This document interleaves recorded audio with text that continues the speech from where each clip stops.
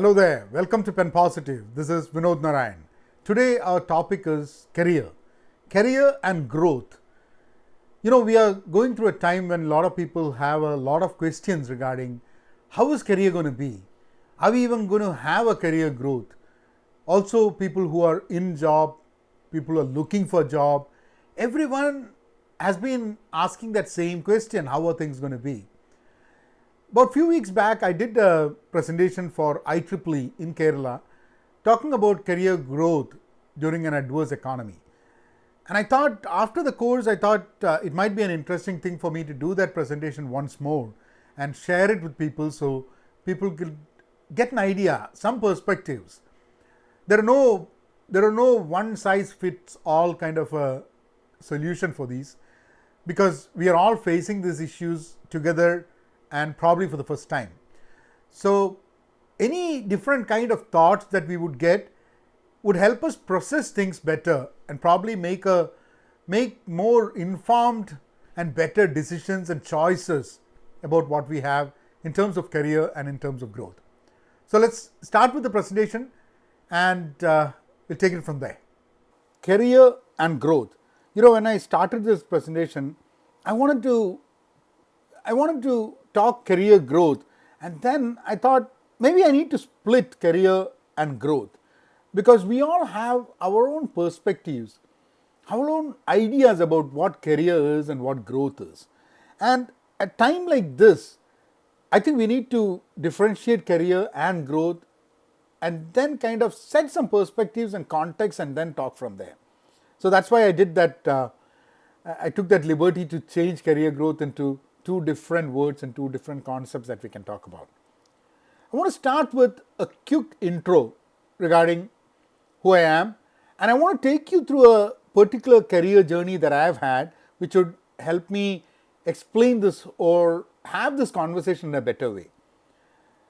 I live in the San Francisco Bay Area. I've been here for about 20 years now, and I have almost 26 years of experience working in the tech industry across the world. And I graduated in 1993 with an electrical and electronics engineering graduation from National Institute of Technology in Calicut. And I spent about 5 years as an entrepreneur, straight from college without any work experience. 5 years I spent running a company, in fact, running multiple engagements at that point of time.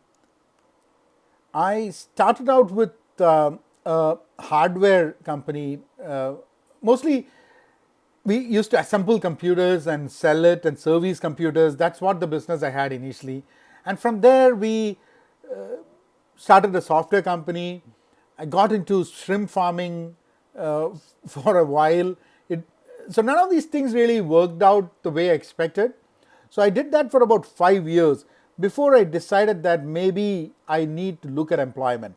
And I spent the next 5 years of my career working in sales and project management, in setting up operations. I was in Bangalore, I was in India, and I was in UK, I was in Middle East, and then I spent about a year plus in the United States.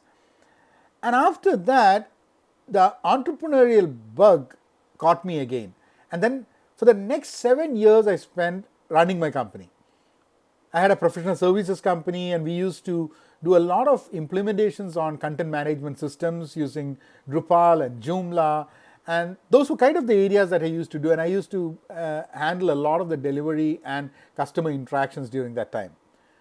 And then in 2010, I decided that was it, and then towards the end of 2010, I went ahead and I got into consulting and coaching. So by that time, I had been actively working on Agile and Scrum, and I spent the next 6 years taking two passions together. One is the process passion of Agile and Scrum, and the other thing was content management systems, which I started loving by that time, both as a content creator and also as a content management system implementation partner.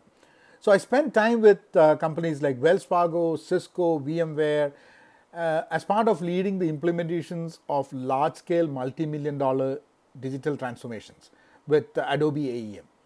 And that was a time when I had the real experience into working in large corporate sectors.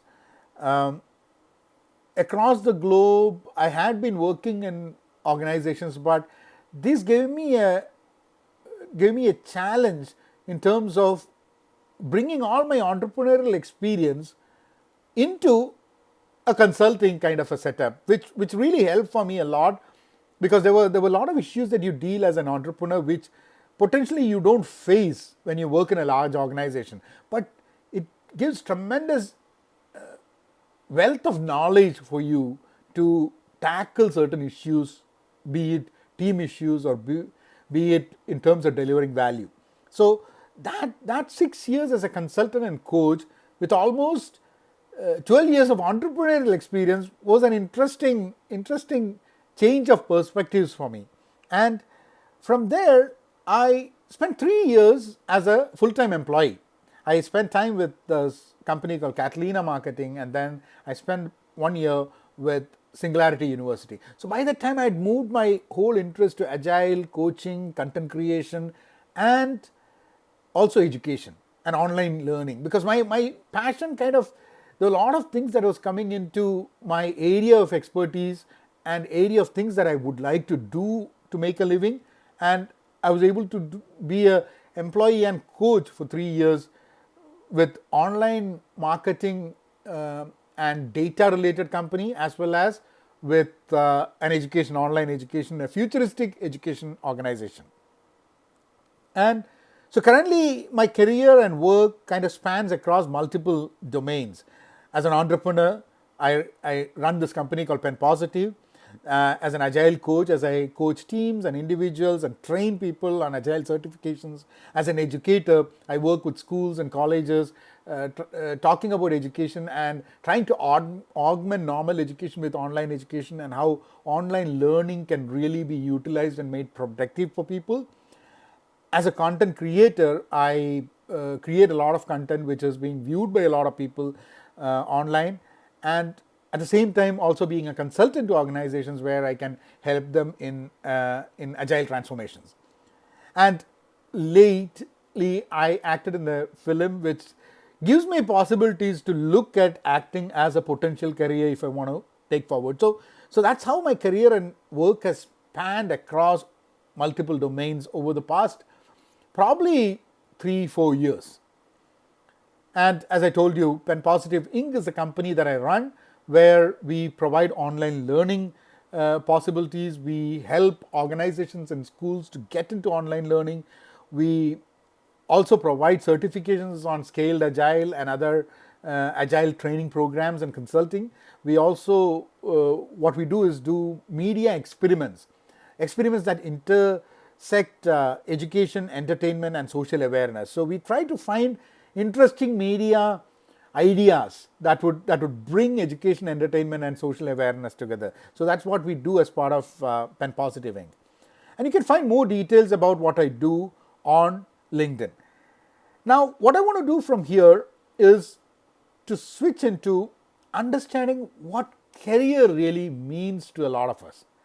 And I'm giving some perspectives. It's not necessary that it's the same thing that you would feel, but let's just start having that conversation. So career, what is career? And I think that's a thing that most individuals should start asking themselves. What does career really mean to them? How do they look at career? And for some people, it might be the same industry, the same domain, the same ship, meaning the same company. So there are people I've seen who have worked in the same industry, across in the same domain for probably 30 years in the same company. But that thing has been very common earlier, but it has started reducing over the past probably a decade or so. Now, people might probably work in the same industry, but they keep changing domains. They might have been in sales, then they move from sales to people, and they might get into project management, they get into executive level, managerial level. So they've been changing domains of their expertise, but within the same industry. They might be with the tech industry itself, or they might be with healthcare, any same industry, but with different domains. Sometimes they might be having the same domain and the same industry, but they jump ships, so they keep changing the company. There are some people who work with the same company for 30 years in multiple domains. There are some people who keep changing companies. And there might be people who are jumping around a lot. They might change their industry, change their domain, change their company. All those are practically possible at this time and era. So, what is the definition of career? What's the definition of growth? For me, I think it's not titles, it's not roles, it's not pay scales. So that's how I look at career. For me, career or growth, none of that are connected with titles. None of that are connected with roles, and not with pay scale. That's not what defines for me a growth within a career or building a career. That's not how I look at it. So, and I think for me, I don't look at it as one single thing. I am more interested in multiple potential careers, and that's how I want to look at career. And I think it's not necessarily that everyone should start looking like that, but there is a possibility today to look at career as a multiple potential careers rather than one single siloed career. So, what is a career? So, I think that's one very interesting exercise that you guys can do to really define what has career been to you? What do you think career should be? And what should career be in the future? And I think that's an amazing kind of perspective that you can get about what you really want in terms of career. Now, let's talk about growth. Now, we all have different perspectives of growth. We all don't look at growth in the same way. I can explain to you what I see as growing or as growth. For me, happiness in what I do matters a lot. If I get happier as I do something, I think there is an element of growth that is happening. I think I need to start accomplishing, or I need to be accomplishing. I need to be delivering value. If I don't deliver value, if I don't feel that I'm accomplishing anything, I don't think there is a significant growth that is happening for me. That's individually or in a company or a career, however it is. So, this might be interesting for some people. At this stage in my career, I always look at employability. Employability is a very important aspect that you should consider even much early in your life and your professional life and career. But even now, I think employability, having an employability or being employable, having a marketable skill for me is a growth. For example, if I don't have a marketable skill, if I'm not employable, I don't consider that I'm growing in my professional life. So either improving on my existing marketable skill or building new marketable skills is one of the key things for me when I look at growth. Continuous learning. So we are all talking about learning organizations. We are talking about continuous learning, be it on a team level, be it on a department level, on an organizational level. On every level, continuously learning, because most of the challenges that are pushed at us are not challenges that we have come across before. So every challenge gives us an opportunity to learn, and that's what we talk about continuous learning. And I think if you're not learning continuously, then for me, I'm not growing at all. My idea of growth includes continuous learning, and it's encompassed with this whole concept of learning something new every now and then that adds to the concept of growth. Redefining boundaries. There was a time when you would decide this is what you're going to do at a very young age, and then continuously do that same set of things for 30 years. And for me, that is stagnant. That's not growth. And I need to redefine my boundaries, because at this stage, I might have set a certain limit and boundaries to what I do as part of my career and professional life. And going forward, maybe probably 2 to 3 years down the line, or even shorter than that, I should be able to redefine my boundaries, add new things into what my boundaries define. and also in that process expand my possibilities in looking at career and looking at the possibilities of career. So that redefining boundaries is very important for me. Having options. If I don't have options to do things, then I don't think I'm growing. You move forward in your career or you move forward in life by increasing the number of options that you have, by improving your choices. That for me is growth. Having the freedom to choose, yes. If you don't have a freedom to choose what you want to do, then how do you say that you're growing? So I think that's very important. And finally, getting paid. It doesn't mean getting paid double of what I think I should get or more than what I should get. It's getting paid, getting paid substantially enough for me for a job. I think that's important, because if you're not getting paid and you have everything else, still you're not growing. And if you're getting paid and you don't have any of the other items mentioned over here, then also for me, it's not in any way a growth. I don't know if I went too fast on that, but there are two things primarily that I want to focus in what you've listened to till now. One is career. Define what career is for you. And your concept of career, your perspective of career need not be the same as everyone else. And the other one is growth. Look at growth in its whole self, not just pertaining to career, but you can look at it from a career perspective as well. But look at growth in such a way that define what growth really means. It can't be just one thing. It can be multiple things. And your definition of growth need not necessarily be the definition of growth for the society, for other people. And it's your life, it's your career. So you have to be able to define what growth means to you. Now we're going to go a bit deeper into what is going bad and what can go bad and how can we really overcome or mitigate some of the issues that we have and move forward and have a clear perspective about things. So what can go bad? I like that picture a lot. And I don't know if you've been in that kind of a situation where you're sitting there and you got the toilet roll just roll away from there, and then you need to pick it. Sometimes that is the situation. I think many of us find ourselves.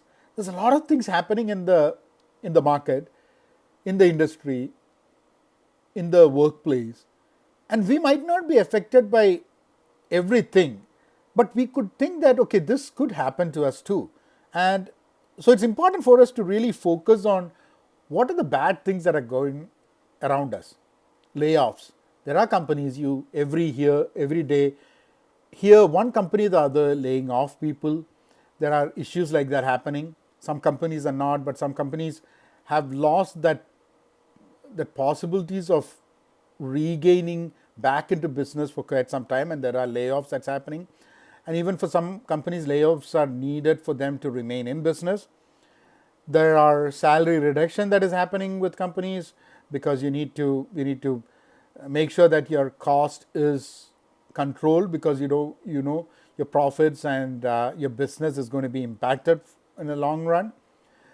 Hiring is on hold. If companies who are planning to invest a lot into hiring during the part of last year, they have put their hiring on hold. There seems to be a lack of opportunities for people, because sometimes it might be a lack of opportunities, sometimes it might be just the sheer increase of competition that's happening, because more people out of jobs looking for jobs. So obviously we might have a feel of lack of opportunities. It might be the increase of competition. Some of the skill gaps that we have become more evident. The skill gaps probably existed, but they were not obvious. They were not evident as we would think they were. And when markets start changing, when industries start getting disrupted, there are certain skill gaps we had that become more evident. And I think that's a very important perspective that we need to have, because we might just think, how come I can't do this? That's because you couldn't do it before also, but it was not evident. And then some of the existing skills that we had has become irrelevant in short term. So it does not become totally irrelevant. When the market picks up, we go back into normalcy, maybe these skills will become relevant, but at least for a short period, short term, some of our skills might look very irrelevant. And then there is industry disruption that's happening. There are many industries that are trying to figure out how will they probably start functioning post COVID. And that, see, sometimes new technology and new innovation and ideas disrupt industry. Sometimes issues like this disrupt industry.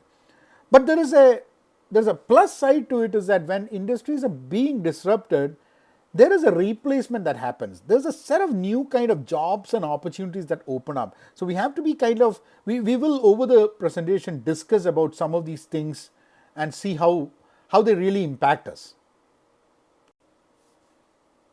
Now we know what's bad going on, and we all can find more things that are getting bad. But the question is, what can we do? So, at what stage are we? What can we do? And what do we have to do to remain positive? You know, I think the most important thing is to understand that we are all in this together. You know, everyone has been impacted in one way or the other. Sure, some people have been impacted more than others. Some people have a better chance of recovering than other people. That's all true. But we are in this together, and the solution to come out of it has to be something that we have to think of together. A possibility is to build a survival kit. We don't know how bad things are going to get. We don't know what's going to come. So having a survival kit would really help. We need to all start exploring the skills market. Look at what's happening. What are the skills that are being sought out for? What are the potential skills that will come in demand in the near future? Find what our skill gaps are and improve on them. Try to fill those gaps. See if you can get some training, do something.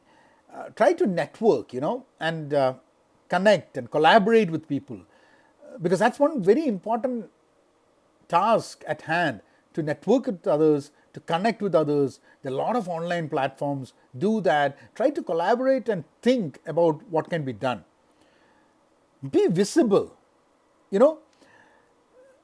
because it's so important at this time. If you look at career as an employee or in any fashion that you think, I think it's so important for us to be visible, to be relevant, skill-wise and thought-wise, to be relevant and also be responsive. Because the last thing that we want during this time is not be able to respond when an opportunity comes. So we have to be visible, we have to be relevant, and we have to be responsive during these times. When things get bad, it can get worse, it can get better. And we all can contemplate and come with ideas of how things go bad. So, though we have to have a clear idea and perspective about the realities and facts of what's happening, we also want to know what are the things that we can do. Now, every issue that goes bad, every solution that we might have, might not be same for everyone in career. So for that, what we need is that we need to start looking at the various sections and what section we belong to. Student, an employee, an entrepreneur. So next few slides, we're going to go through some of that different sections and how individuals at different stages of their career would start looking at things. So who are you? Right? Who are you? Are you in college studying? Are you looking for a job? Are you a manager? Are you laid off? Who are you? You might be in college, right? You might be just finishing college, You might be finishing college during the next year. You might be currently looking for a job. You might be a trainee, an intern, new on a job. You just got into a job last November, say, and maybe you're learning how things are. You might have a few years of experience. Maybe you're sitting with a 3 or 4 years of experience, and at this time you're thinking, what next? You might be someone who is hating your job. You know, someone who's been for the past 6 months saying that, I mean, this is not what I want to do. But my only recommendation is that rethink at this moment, because this is probably not the time to hate your job. You might be someone in mid career. You might be at a stage where you're thinking that, okay, right, I'm mid career, this is where I want to start growing. Things were so good, I wanted to change. These were the plans I had. What do I do now? Everything has changed.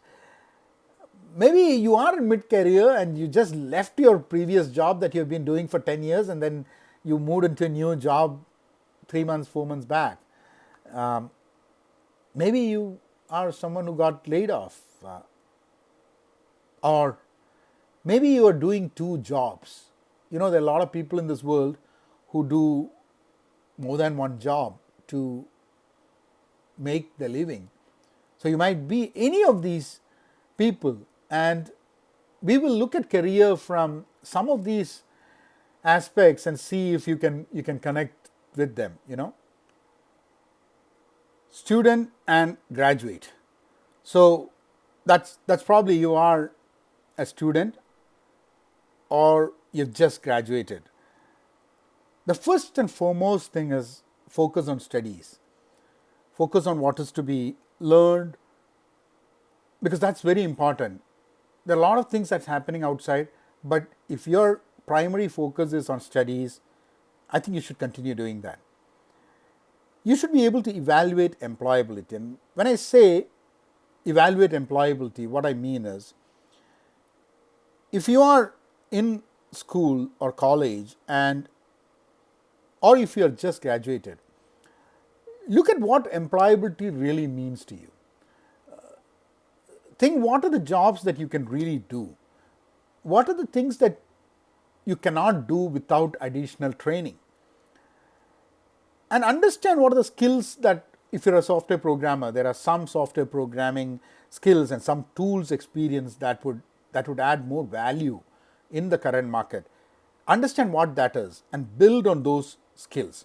So knowing what your employability score is, knowing if you can be employable at this moment, if not, understanding what skills should be learned to make yourself employable, working on that is one core area of work that you can do as a student or a recent graduate. Be on LinkedIn. There are many people who would think that LinkedIn is for professionals, but it's also for students and recent graduates to connect with people. It helps you interact with professionals. It helps you interact with people within the industry, maybe your peers, your seniors, and you can just be there, observe and listen what's happening. You can understand how professions and professionals work within industry.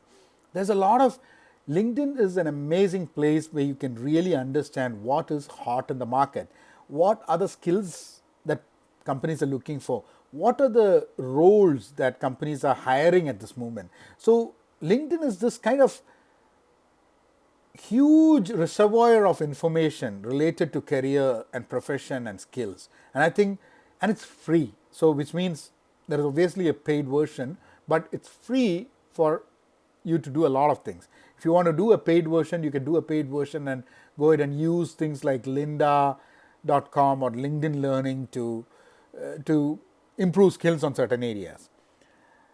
Now, another important thing that you can do while in college and immediately after college is start doing projects. And why do you need to do projects? You need to build your portfolio. So a very interesting question that gets asked to people fresh out of school going for a job is, we want someone with experience. Now, how do you define experience? Do you define experience by working in a company? Yes, that's one way of experience. If you worked in a company, you can say that you have experience. But sometimes in today's world, for example, if you are a software engineer or if you're looking for a job in a software industry, you can involve in open source projects. You can involve in projects with other people. You can build apps. You can do a lot of things which can be used to build your portfolio. So when someone asks what is the experience that you can showcase this portfolio, which is as good as having employed. Imagine if you have 4 years of experience without getting a salary. I mean, your new employer is not going to care whether you got a salary or not.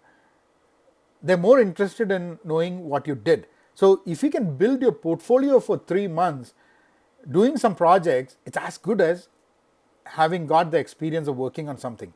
Instead of, you don't want to go and say that, oh, what did you do for last 6 months? Oh, I was looking for a job. So do some projects, do something, because that's the only way you can get out of things. And now try to be a professional before you graduate. So initially what I said, in LinkedIn, you can be you think it is a place only for professionals, but I think you can be a professional before you graduate, or you can move into that professional mindset. Building a professional mindset should be the career goal for someone who is a student or a recent graduate. And by doing all these activities, doing projects, I think you can slowly get into that mindset, and that's probably what you should be focusing on.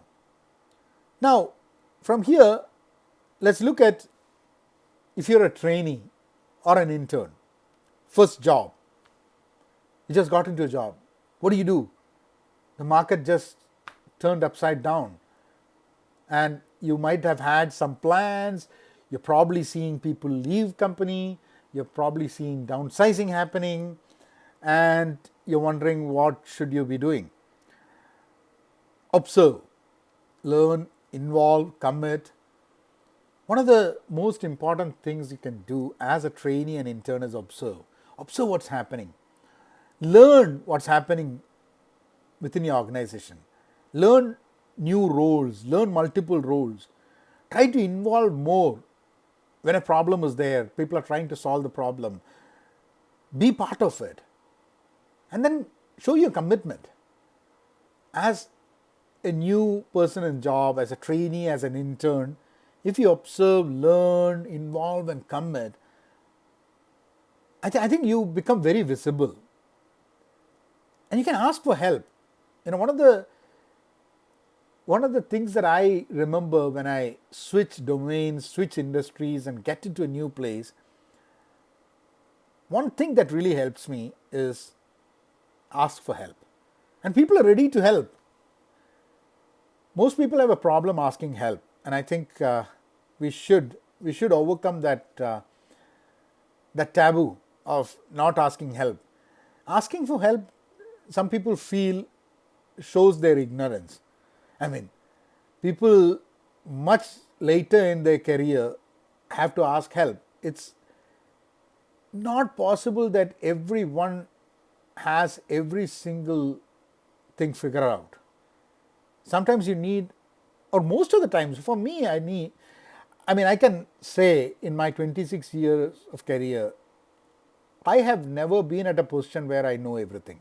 I always have to ask help from my peers, from my seniors, and from my juniors too. Participate more. If there is activities happening, participate more. Find a mentor.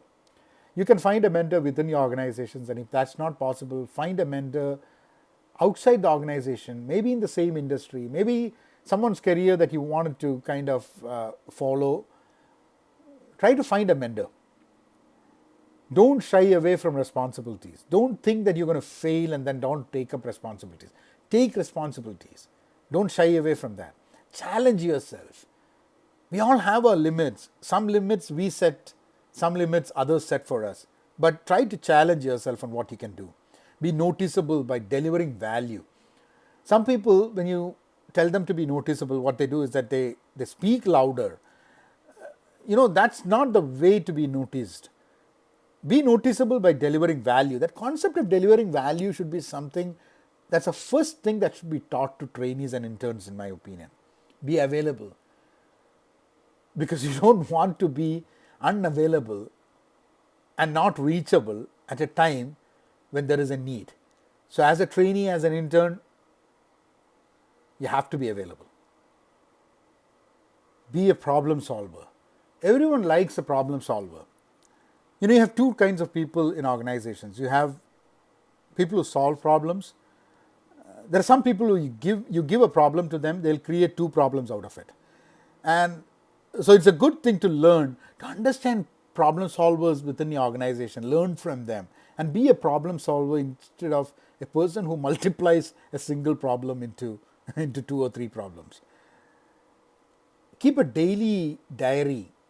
And when I say daily diary, you need something where you can record the positives and negatives that happened every day, and the items of improvement.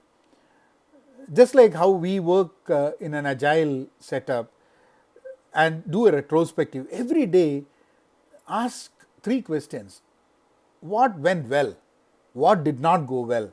And what are the areas of improvement for me? And I think if you do that on a daily basis, over a period of time, you're going to have a wealth of knowledge about how you work and how you learn, which is going to be tremendously important for you. And I think that's one thing. If you're going to do out of everything, that's what you should do. Rest of the things will fall in place. I know there are going to be some people who are at this stage of the presentation and video, and you're thinking, I'm not a trainee, I'm not a student, graduate, but I think there's a lot of people. One of the things that's going to happen with this time is there are going to be more people looking for a job than any time else, because for people who are graduating at this point in time and the market is going down, the economy is impacted, in another 6 months there is a fresh set of people coming out. In another 1 year, another set of people. So what happens is the competition keeps increasing, and on top of it, there are already people who are looking for jobs, who are on as a trainee or intern at jobs. So I think that's a huge crowd, and I wanted to address them first. And if you know someone who is at that stage, maybe I think having some perspective about how career would be for them, you can probably help and train them as well.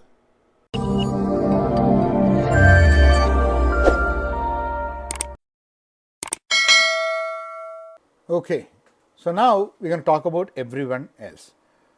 So everyone else includes mid-career, a few years of experience, new job, you lost your job, you hate your job and everything.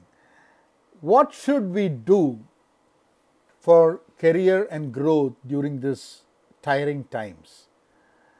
And I put that picture of a pen holder because I like to think about people like pens and pencils, We all don't write the same.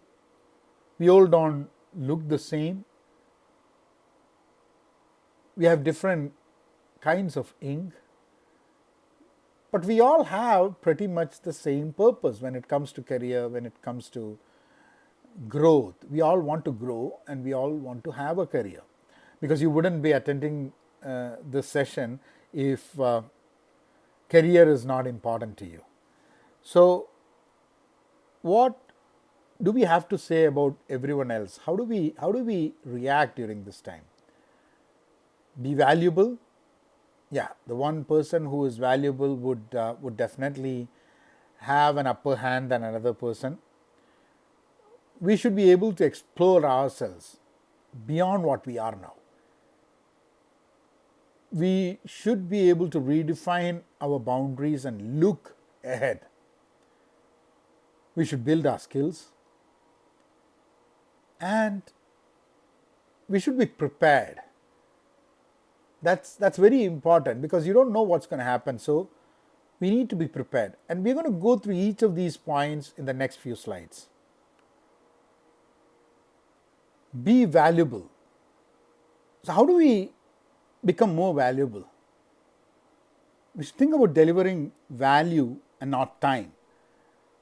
There's an interesting analogy. If you work for 8 hours, you're delivering time. If you do something or deliver something of value during this 8 hours, you have been delivering value. So there are people who spend 8 hours deliver time and not value. And there are some people who would in 4 hours deliver the same value that someone else cannot deliver in 8 hours. So think about delivering value and not time.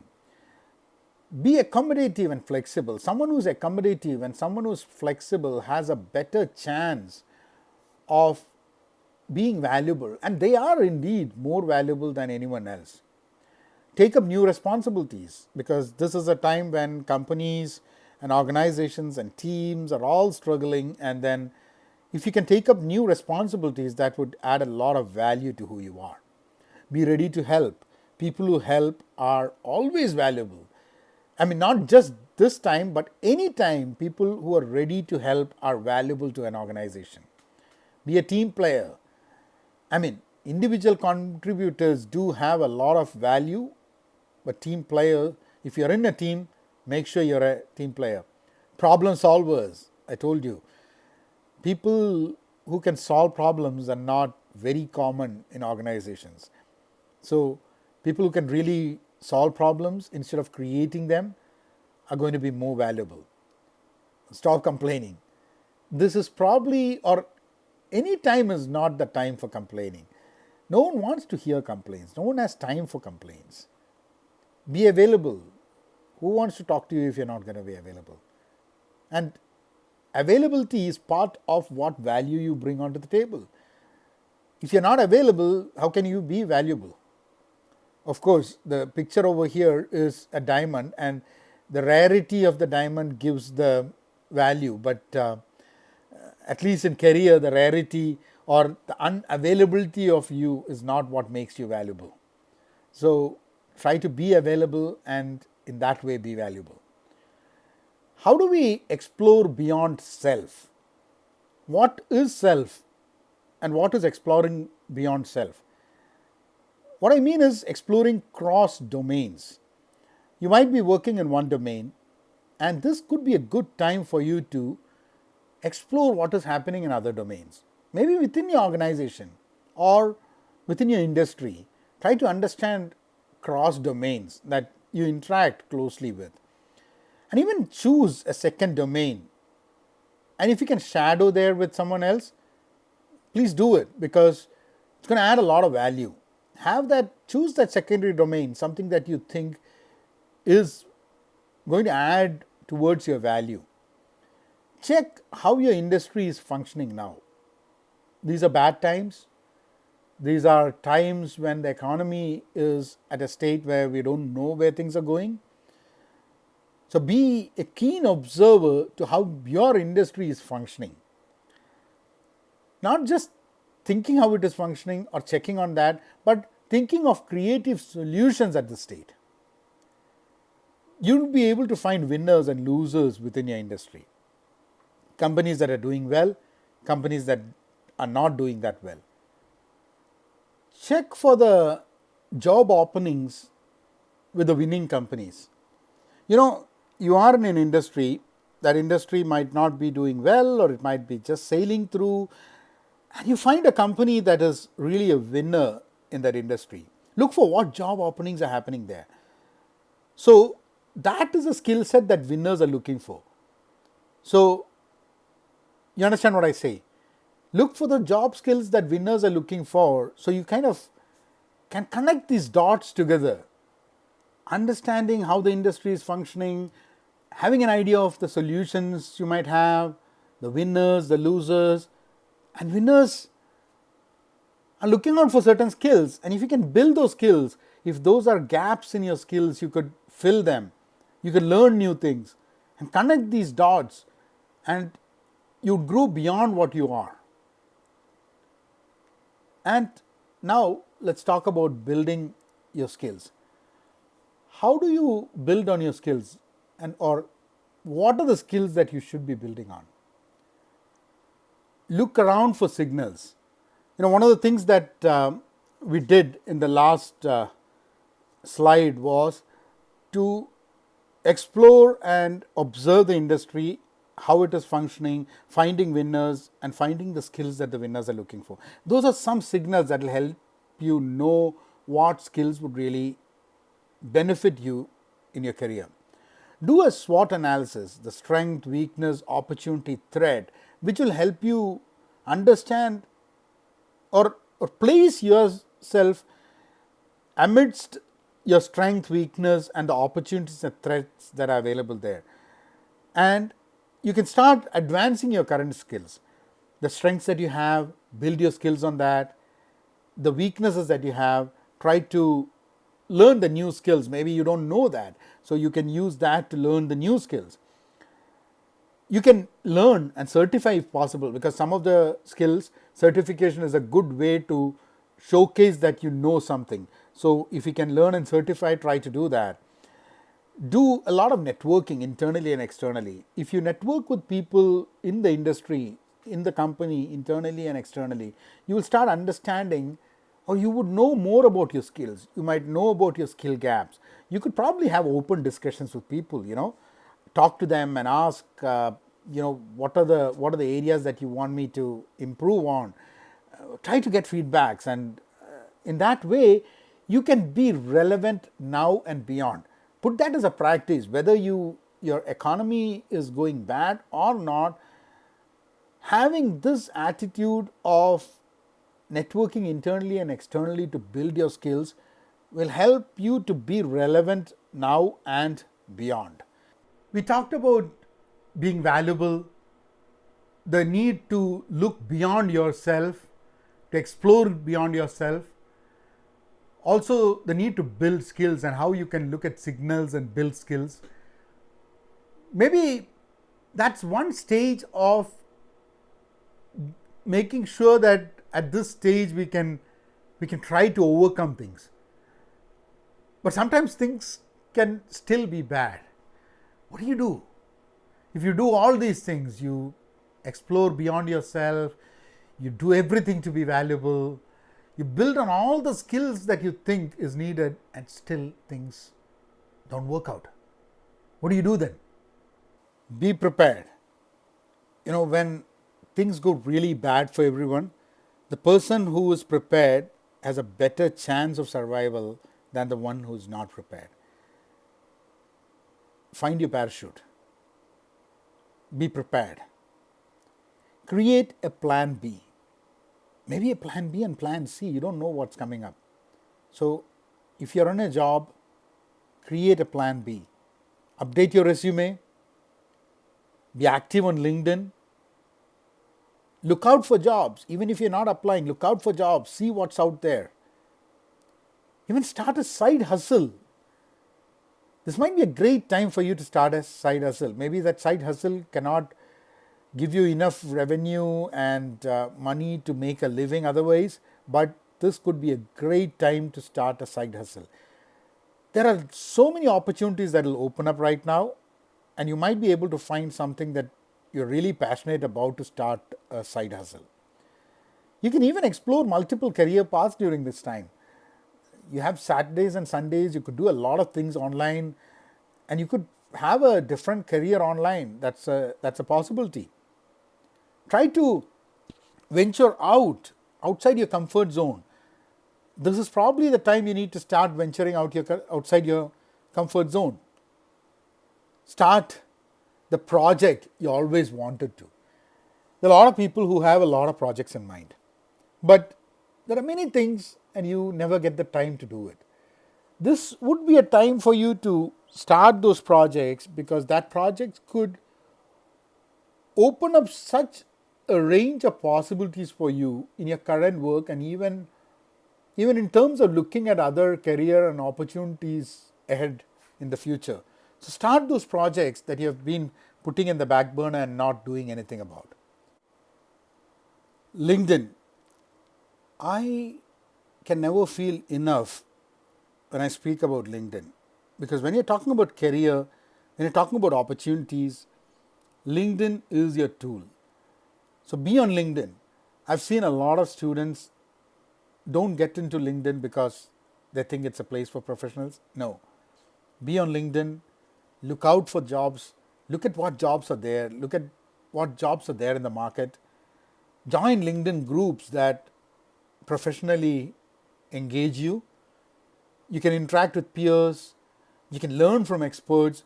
Even if you have nothing else to speak, you can at least read what's being put there. Listen to signals, network. You can network, but don't be a stalker. Don't go after people. Try to be a professional. That's one of the most important things, being a professional. I use LinkedIn at this point a lot to primarily put forward my thoughts, videos, a lot of work that I do in terms of educating and teaching. In LinkedIn is one place where I communicate with a lot of people. So I think you should do. Whether you are in a job, entrepreneur, looking for a job, whatever it is, LinkedIn should be the social media if you are looking at a professional growth. So we have kind of come to the final two slides of the program. What I wanted to tell you is what we discussed is certain perspectives, certain way of looking at things. This is not a solution. And you cannot have one solution that fits all. In the next slide, we're going to talk about an interesting topic. What are the skills that we have, and what are the skills that really make us happy? What are the things that we need to start doing? Where do we need to build ourselves? And this, I think, is a very important discussion for a lot of people, because we need to start redefining happiness. We need to start redefining value. We don't have a lot of time. So we need to make sure we use the time in the best possible manner. So if you like this presentation, so I have a larger course, which again I've put it free on my website penpositive.com. So there's a program I've done for venturing out. That is venturing out of your comfort zone, and you could do that entire course for free. And I have also introduced some metrics over there, which you can do a lot of exercises on yourself to identify the skills, skill gaps and industries of your choice, and try to figure out a better perspective about what you really want to do. So let's get through the next few slides, and I'll come back once more. Skill happiness metrics. So we all have skills, we all have happiness, in the sense we like certain things and we might not always like the same things. So this is an interesting method how you can start mapping your skill to your happiness level. X-axis, Y-axis, plot 10 points on both sides. You have skills and then you have happiness. We're going to divide this into 4 different quadrants. So the quadrant evaluate is where your skills are less and you're not happy doing it. And then on top of that, you're having skills that you are not good at, but you have a high level of happiness when you do them. This is what you want to work on, Then you have valuable, where you have huge skills, you have great skills on that, but you're not happy doing it. Then you have the sweet spot, where you have tremendous skills and you're really happy doing it. So what we want to do is map our skills to the happiness. And then the things that fall on evaluate column are, you don't have a lot of skills, you're not happy about it. You need to start evaluating. Do you really need to pursue those skills? Because if that skills are really going to be something that you can really catch up on, maybe they are going to be valuable for your career. So you need to start evaluating. Maybe there's a way to start liking those skills and building them. So moving them to valuable and then to the sweet spot would be your goal. And if you have something in the valuable, you have two items on the valuable in this picture, in the valuable quadrant, which means that there are two elements, two things that you're very skilled, but you're not happy about it. You are skilled and you're making a living, which means that they're valuable to you. Then you need to really think why it's not making you happy, but they are definitely valuable to you. You have also two items on the to work on quadrant, which means you don't have a lot of skills on that, but you really like doing it. So the only thing that you need to do is really work on those two skills and get them into the sweet spot. This is a great way to reveal a lot of things. When I did this the first time, I had certain preconceived notions about what I know and what I think makes me happy. But after doing this and analyzing a bit, I figured out that I'm probably pursuing the wrong things. I don't know if this is the right time to do it, but any time in life, whenever you feel stuck, going through something like a skill happiness matrix would really help. And I have a few other models also that I've shared in the course, online course on penpositive.com. It's a free course. You can go and attend that, and it'll give you a few more other tools for you to start analyzing yourself. Now, there's one thing before I close. You're the only one who cares what you want to do in your life.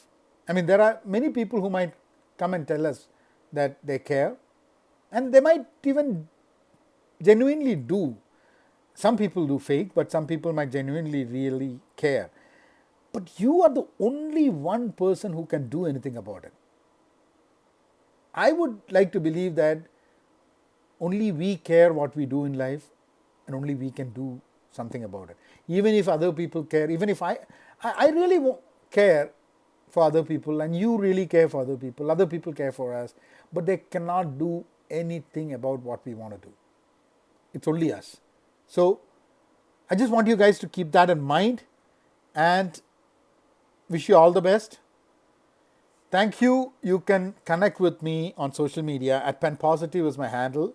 You can do that on Twitter, you can do that on Facebook, LinkedIn. There's a company page for Pen Positive, and then even on TikTok, another form of social media used primarily by the young people. I do regular education, as I call it, edu talk videos on that, which I also share on Instagram and LinkedIn. So if you're on TikTok and you're a TikTok fan, that's one place that you can, apart from every other thing that comes on TikTok, if you want to have some education and professional related discussion and books and all those things, we can do that as well.